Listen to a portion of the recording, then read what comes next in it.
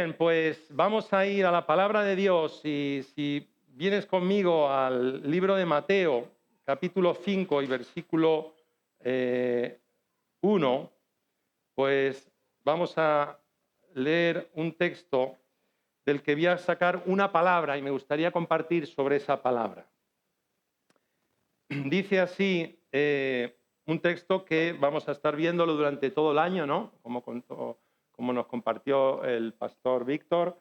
El Sermón del Monte, Mateo 5, y dice así el versículo 1. Dice, viendo la multitud, subió al monte y sentándose vinieron a él sus discípulos. Y abriendo su boca les enseñaba diciendo, bienaventurados los pobres en espíritu, porque de ellos es el reino de los cielos. Señor, te presento tu palabra en esta mañana y te pido, Padre, que seas tú quien hables a cada una de nuestras vidas, Señor, y que tú quites toda palabra que no sea tuya, Señor, de mi boca, que quites toda carne, Señor, y que seas tú el que hables a nuestro corazón en esta mañana, Padre. Te lo pido en el nombre de Jesús. Amén. Amén. Muy bien, no voy a compartir sobre los retos, porque es el primer domingo de este año 2025 y bueno, pues normalmente se suele compartir sobre lo que tiene que ver un poco con el tomar retos, objetivos, sino que quiero compartir sobre esta palabra que está en el versículo 3, que dice bienaventurados. El Sermón del Monte nos enseña verdades fundamentales para la vida del cristiano, ¿no?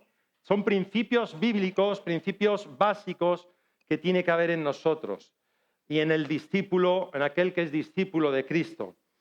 Pero la palabra bienaventurado no solo se usa aquí en el Nuevo Testamento, sino que se usa también en el Antiguo Testamento. No es una palabra común que usamos en el lenguaje común, no usamos bienaventurado. Pero hay otras palabras que se usan en otras versiones, como son dichosos, y, por ejemplo, la traducción de la palabra usa la palabra felices. Felices los pobres en espíritu. Y quería compartir sobre esto, sobre la felicidad, ¿no? ¿Qué es la felicidad? Es un término difícil de definir, ¿no? Y, sin embargo, es uno de los conceptos más buscados por el ser humano. Estamos, como decía, en el primer domingo del año 2025 y, como compartía también Juanjo, al principio de año nos hacemos una reflexión e intentamos cambiar cosas y establecer objetivos y retos para cumplir, ¿no? Y uno de los mayores objetivos del ser humano es conseguir la felicidad, ¿no?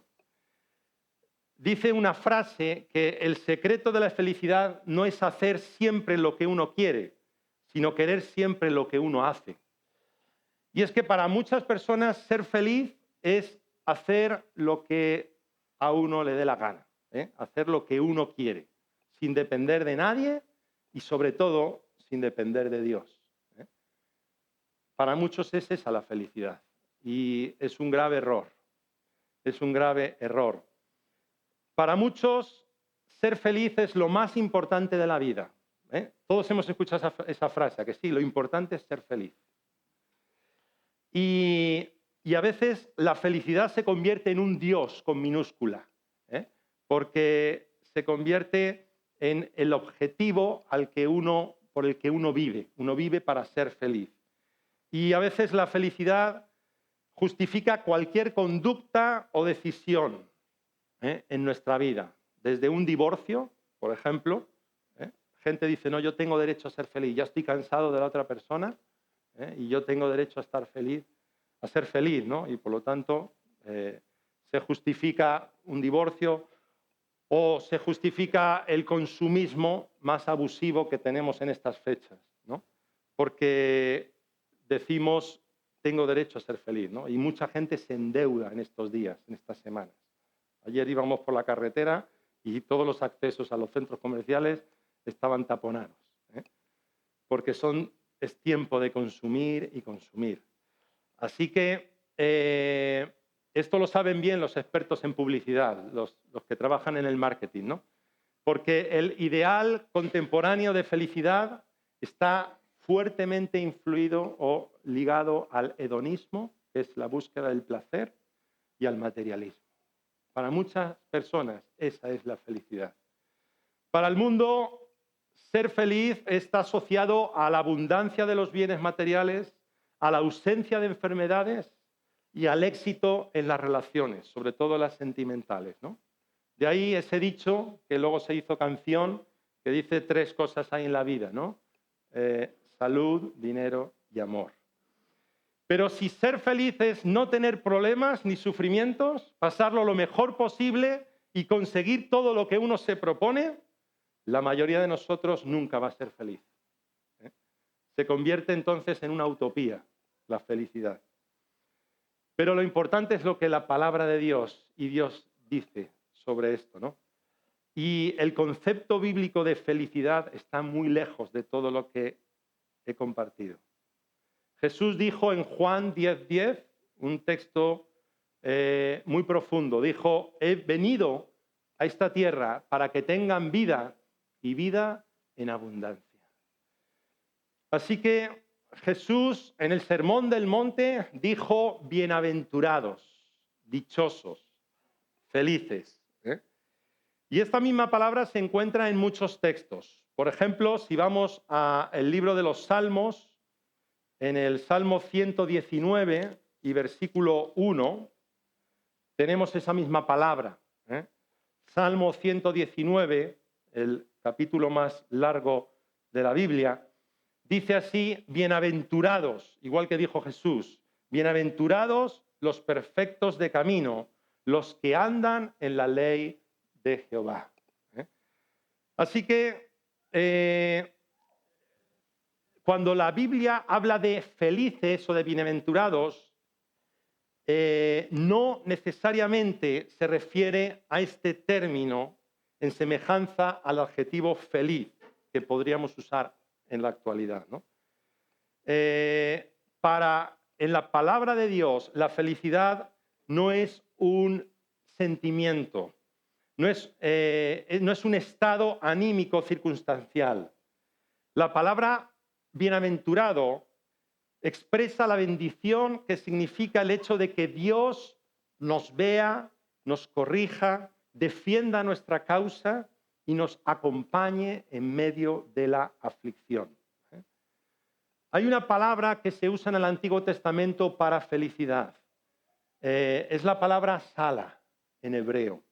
Y curiosamente esta palabra está relacionada con otra palabra hebrea que es la palabra shalom, que es la que usan los judíos para saludarse.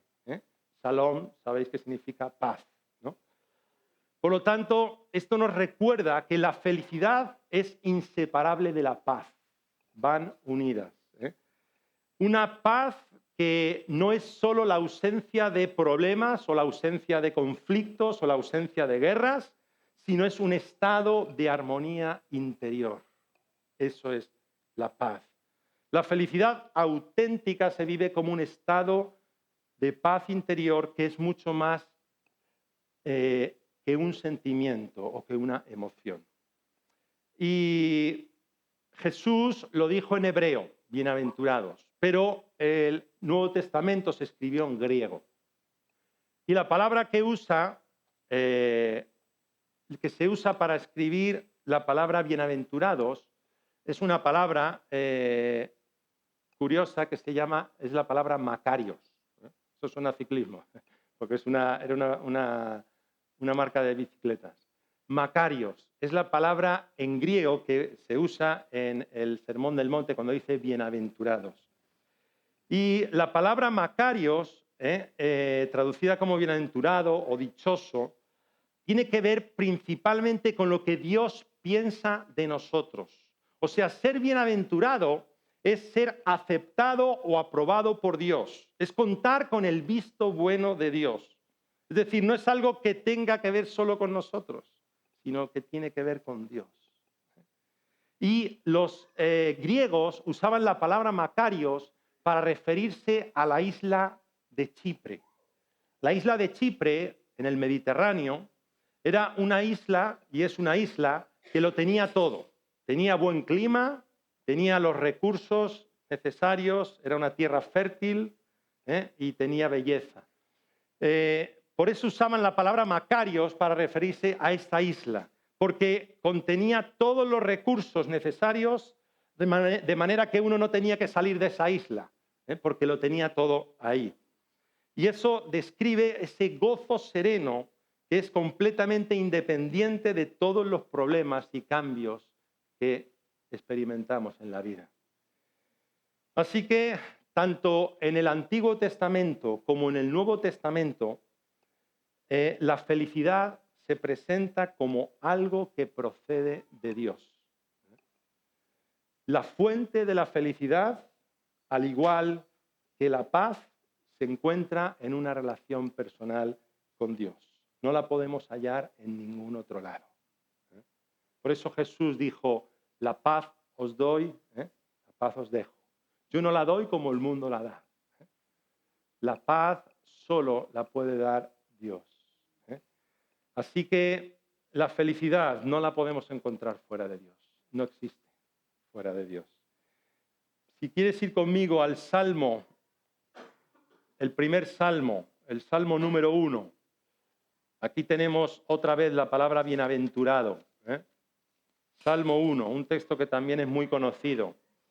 Y dice así, empieza diciendo, bienaventurado el varón que no anduvo en consejo de malos, ni estuvo en camino de pecadores, ni en silla de escarnecedores, es decir, de necios se ha sentado, sino que en la ley de Jehová está su delicia, y en su ley medita de día y de noche. Será como árbol plantado junto a corrientes de aguas, que da su fruto en su tiempo, y su hoja no cae, y todo lo que hace prosperará. Ese es el que es feliz, el que es bienaventurado. Esta felicidad de la que habla este salmo es sólida y es firme, porque cuenta con la aprobación de Dios, cuenta con el autor, aquel que puede proveer la felicidad. Y es sólida y firme. Por eso dice ahí que será como ¿qué? Como árbol plantado junto a corrientes de aguas. Árboles que tienen unas raíces fuertes, como aquellos árboles que tenemos en la calle de la Reina, ¿no? Árboles que tienen ya 300 años. Algunos se caen, sí, porque son árboles, pero son árboles con raíces fuertes. Así es nuestra vida cuando está depositada en Dios, cuando está cerca de Dios. Esa es la felicidad sólida y firme, que no se apaga con las dificultades de la vida, con los problemas y con las situaciones. Y para tener esta felicidad necesitamos una buena visión, que es la visión del peregrino. Vamos a ir al libro de Colosenses, capítulo 3, si tienes la Biblia. Colosenses 3, versículo 1 al 4.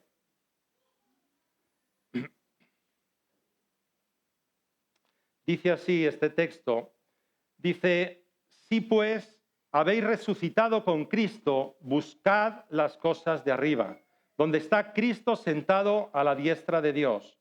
Poned la mira en las cosas de arriba, no en las de la tierra, porque habéis muerto y vuestra vida está escondida con Cristo en Dios. Así que aquí Pablo nos está diciendo que pongamos nuestra mirada arriba, porque muchas veces la tenemos aquí, yo el primero, y a veces miramos solo de forma horizontal y no miramos las cosas de arriba por encima de todo. Y dice Pablo, si habéis resucitado con Cristo, busquemos las cosas de arriba. Y esta es la visión del peregrino. ¿Sabes por qué? Porque el sentido de mi vida aquí depende en gran manera de mi visión de la vida más allá. Repito otra vez. El sentido de mi vida aquí depende en gran manera de mi visión de la vida más allá. Si creo que todo termina con la muerte, pues la vida no tiene sentido, es frustrante, ¿no? Decía Salomón, vanidad de vanidades, todo es vanidad. Por mucho que vivamos, aunque lleguemos a los 96 años, si no tenemos a Dios en nuestra vida, si no tenemos la esperanza viva de Jesucristo, no tiene sentido la vida. Por lo tanto, la visión del peregrino es aquella que pone la mirada en Dios y en la eternidad. Y sabemos que esto es contrario a la visión del mundo, ¿no? Porque la mentalidad que impera en el mundo es la mentalidad materialista y atea, de que no hay Dios y que todo se termina aquí. Así que hay dos actitudes muy valiosas en la visión del peregrino. Una es que los ojos, la actitud de poner los ojos en la eternidad. El peregrino considera esta vida como un tránsito. Sabe que su destino es mucho más glorioso que las aflicciones del presente que estamos viviendo. Y esta esperanza cambia por completo la perspectiva de todo, tanto de lo bueno como de lo malo. Tanto de lo bueno como de lo malo. Pedro, en la primera carta, si vas conmigo a la primera carta de Pedro, habla aquí de, esta carta nos habla de que somos precisamente esto, peregrinos. Lo tenemos en el capítulo 2:11, dice Pedro, amados, yo os ruego, ¿como a qué? Como a extranjeros y peregrinos. Así que Pedro dice en el capítulo 1 y versículo 6, vamos a leer desde el 3, dice, bendito el Dios y Padre de nuestro Señor Jesucristo, que según su grande misericordia nos hizo renacer para una esperanza viva por la resurrección de Jesucristo de los muertos, para una herencia incorruptible, incontaminada e inmarcesible, reservada en los cielos para vosotros, que sois guardados por el poder de Dios mediante la fe, para alcanzar la salvación que está preparada para ser manifestada en el tiempo postrero, en lo cual vosotros os alegráis, aunque ahora por un poco de tiempo, si es necesario, tengáis que ser afligidos en diversas pruebas. Es decir, Pedro nos dice que somos peregrinos y que en tanto que llegamos a la ciudad celestial, vamos a pasar problemas. Y todos lo sabemos y todos lo hemos vivido, ¿no? Por eso dice Pedro, dice, aunque por un poco de tiempo. Es un poco de tiempo. 80, 90 años con respecto a una eternidad es un poco de tiempo, no es nada. Así que Pedro tenía esa visión del peregrino y nos enseña esa visión del peregrino. En el capítulo 5, versículo 10 de esta misma carta, le dice así, dice, mas el Dios, esta doxología preciosa, que también está hecha en una canción, dice, mas el Dios de toda gracia, que nos llamó a su gloria eterna en Jesucristo, después que hayáis padecido un poco de tiempo, vuelve a decir Pedro, Él mismo os perfeccione, afirme, fortalezca y establezca.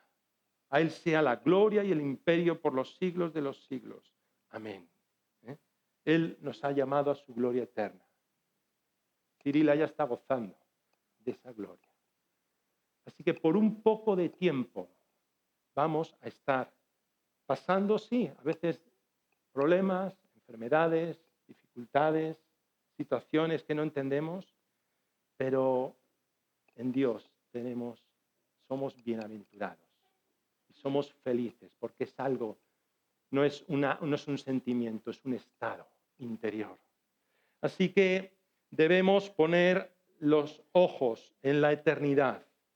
Pablo en 2 de Corintios también nos habla de esta realidad. 2 de Corintios 5, dice así Pablo, diciendo en el 18 otra vez que no miremos las cosas que no se ven, las que se ven, sino las que no se ven. Dice que debemos contemplar la vida desde una óptica eterna.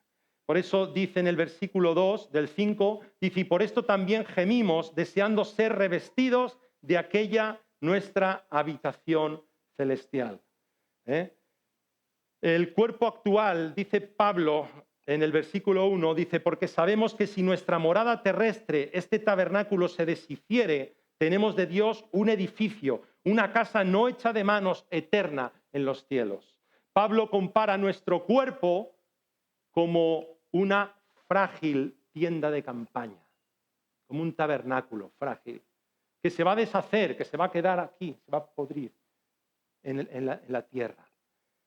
Pero Dios dice en su palabra que nos va a dar, vamos a ser revestidos de una habitación celestial, de un cuerpo glorioso.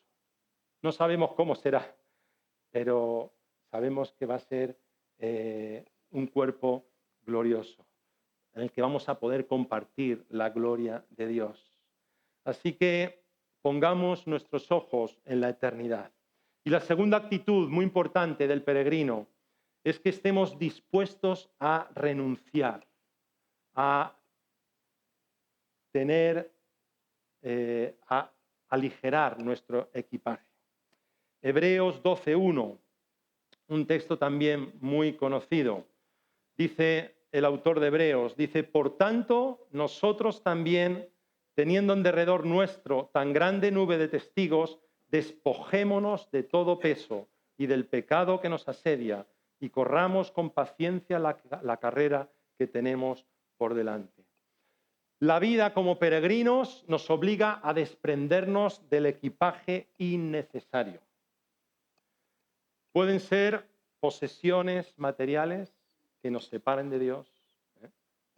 Pueden ser actitudes incorrectas que hay en nuestra vida y que tenemos que desprendernos de ellas. Pueden ser relaciones inadecuadas de las cuales a lo mejor también tenemos que desprendernos.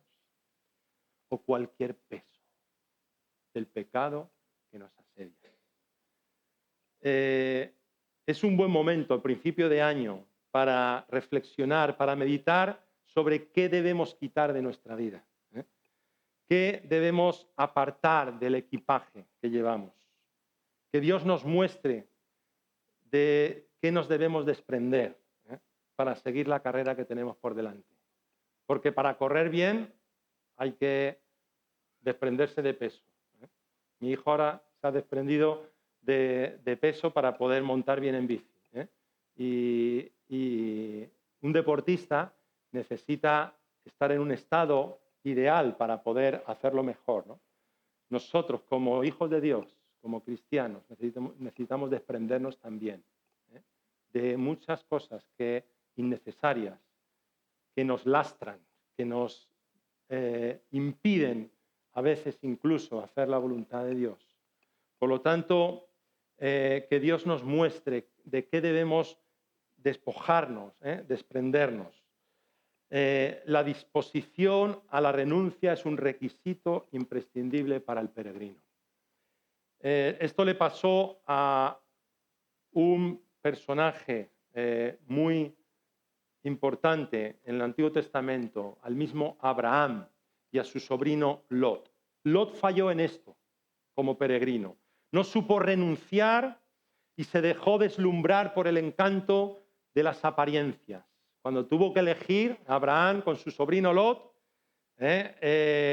Lot se quedó con lo visible, con las fértiles llanuras del Jordán. Y esa decisión que tomó le llevó a consecuencias negativas cerca de Sodoma y Gomorra, y tuvo que sufrir las consecuencias por tomar una decisión equivocada. Pero en cambio, Abraham, su tío, tuvo la actitud opuesta. Supo renunciar en varias ocasiones a lo largo de su peregrinaje. Y cuando Dios le pidió incluso sacrificar a su propio hijo, lo que más quería, él estuvo dispuesto a renunciarlo, aunque ello implicara la pérdida de lo que más quería, su hijo. Así que Dios proveyó. Abraham sabía que Dios iba a proveer si él era fiel.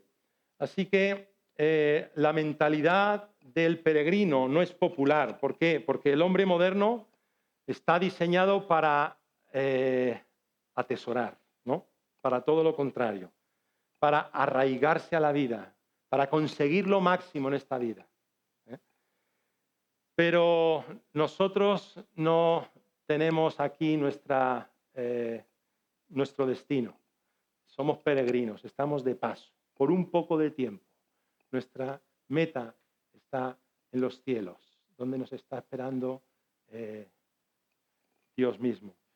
Así que cuando viajamos con un equipaje pesado, lo que conseguimos es afanarnos con las cosas de la vida y perder la vista de lo prioritario, que hemos leído antes, poner la mirada en las cosas de arriba y no en las de la tierra. Había un hombre, Francisco de Asís, en uno de sus pensamientos dijo: necesito muy pocas cosas en esta vida y las pocas cosas que necesito, las necesito muy poco. Este hombre tenía esa visión del peregrino. Necesitaba muy pocas cosas en la vida. A veces acumulamos y acumulamos y pensamos que por más tener vamos a ser más felices. Y luego nos damos cuenta que no ocurre, ¿no? Así que en esta mañana te quiero decir una cosa: sonríe. Sonríe primero porque Dios te ama. ¿Sabes que el mejor antidepresivo es la sonrisa? Es el mejor antidepresivo que existe. Sonríe, regala una sonrisa a los que están a tu lado. Y sonríe porque no tenemos que buscar la felicidad como la busca el mundo. La tenemos en Dios, la tenemos muy cerca. Él es todo lo que necesitamos. Dios nos da la verdadera felicidad, la que proviene de Él, solo de Él. Así que en este nuevo año podamos caminar en su voluntad, plenamente conscientes de que somos felices en Él, a pesar de las pruebas, a pesar de las tormentas, a pesar de las enfermedades, a pesar de lo que vivamos, somos felices y bienaventurados en Él. Amén. Así que si te vuelven a preguntar, ¿eres feliz? Si tienes a Dios, puedes decir, soy feliz. Soy feliz porque la felicidad viene de Dios. Amén. Esa canción que dice, soy feliz, yo soy feliz, Jesús me perdonó. Amén. Así que vamos a darle gracias a Dios en esta mañana por todo lo que Él nos ha dado y por la bendición que nos ha dado en Cristo Jesús. Gracias, Señor, porque en esta mañana podemos declarar, Señor, conscientemente de que somos felices en ti, Dios. Que tenemos todo lo que necesitamos, oh Dios. Gracias porque viniste a rescatarnos, Señor. Gracias por la salvación de nuestra alma, Señor, porque sin ser merecedores, oh Dios, tú nos regalaste, Señor, la vida eterna. Gracias porque te pusiste en nuestro lugar, cargaste nuestra cruz. Señor, cargaste en tus hombros nuestros pecados, oh Dios, y nuestras maldades. Señor, y moriste por nosotros en aquel lugar, oh Dios. Gracias, Señor, porque tú nos has prometido, oh Dios, una vida eterna. Y, Señor, somos peregrinos y queremos seguir caminando, Señor. Aunque no lo veamos, Señor, sabemos que nuestra meta eres tú, Señor. Gracias porque podemos caminar hacia adelante, Señor, y te pedimos que tú nos fortalezcas, Señor, y que tú nos guíes, que tú pongas en nosotros, Señor, oh Dios, tu dirección y tu palabra. Gracias por lo que has hecho en este año pasado, gracias por lo que vas a hacer en este año, Señor, y gracias por el tiempo, Señor, que tú nos has dado, oh Dios. Este es el día que tú nos has dado, por eso nos gozamos y nos alegramos en ti, Señor. Y queremos pedirte, Señor, que tú nos uses para tu gloria, Dios. Allá donde vayamos, Señor, allá donde estemos, Señor, que podamos ser instrumentos en tus manos, Señor. Bendice cada familia que hay aquí representada, Señor. Bendice, Señor, esta iglesia, esta congregación, oh Dios. Te pedimos, Señor, oh Dios, que tú, oh Dios, puedas hacer tu obra en cada uno de nosotros, Señor. Y que podamos ser embajadores, Señor, tuyos allá donde estemos, Señor. Y gracias, oh Dios, porque tú nos cuidas, Señor. Queremos poner nuestra mirada en ti, en las cosas de arriba y no en las de la tierra. Señor, te bendecimos en esta mañana. Te pedimos que tú nos ayudes, que tú nos guardes de todo mal, Padre. en el nombre que es sobre todo nombre, en el nombre de Jesús. Amén. Amén. Te bendecimos. Que Dios os bendiga y os guarde. Amén. Cada domingo a las 11:30, celebramos juntos que Jesús vive. Te invitamos a disfrutar de este tiempo de bendición y alegría.